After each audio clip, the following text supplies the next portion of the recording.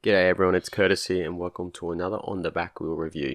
Today is just going to be a very quick one on the 2018 Triumph Bonneville T100.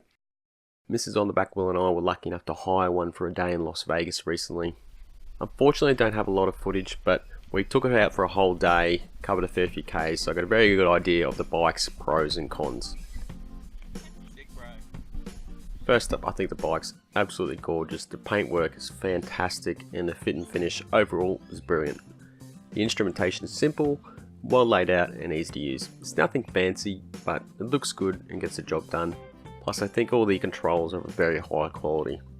Seating wise, I had no dramas putting both feet flat on the ground, and the bike itself felt pretty light. I liked the seat. It was pretty much like a lounge chair for me, especially compared to my 200. That's not saying much. My wife and I were riding 2-up for the whole day, and she didn't mind the seat for the first half of the day, but by the second half she was completely over it and complaining about how it was uncomfortable. It was 45 degrees Celsius though, which didn't help, and we were both pretty knackered at the end of the day, to be honest.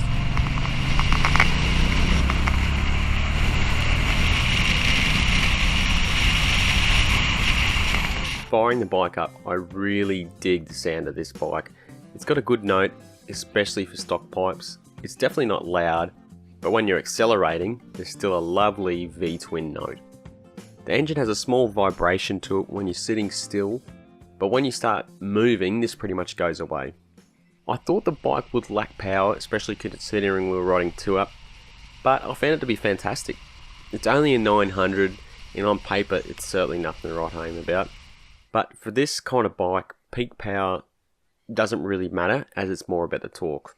I found myself just in the mid to lower end of the range, just grunting along, really short shifting and just winding it on. When it came time to overtake, no issues whatsoever, and it just cruised along. There's numerous times, we're just cruising at like 60 miles an hour, 55 I think the speed limit, and we wound it up, I think I wound it up to 80 miles an hour just to see how it goes. Ran out a bit of puff up top, but it was still really good, especially cruising about that 55 miles an hour. What's that? 100 kilometers an hour up to 110, 70. What's 70 miles an hour? 120 up to that kind of range was really good.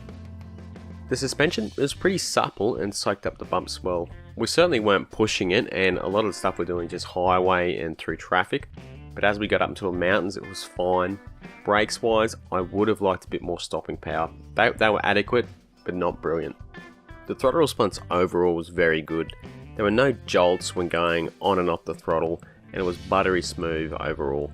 I did find it very fluffy off bottom at times though. It even caused me to stall at once. I went to accelerate off the lights and nothing happened really. It happened a couple more times, but I was wary of it, so I was able to pull the clutch in and stop it. I think it was a combination of this is how it is from the factory, and it was 45 degrees out, so that never helps. A pipe and tune should fix this up. So in summary, I really like this bike.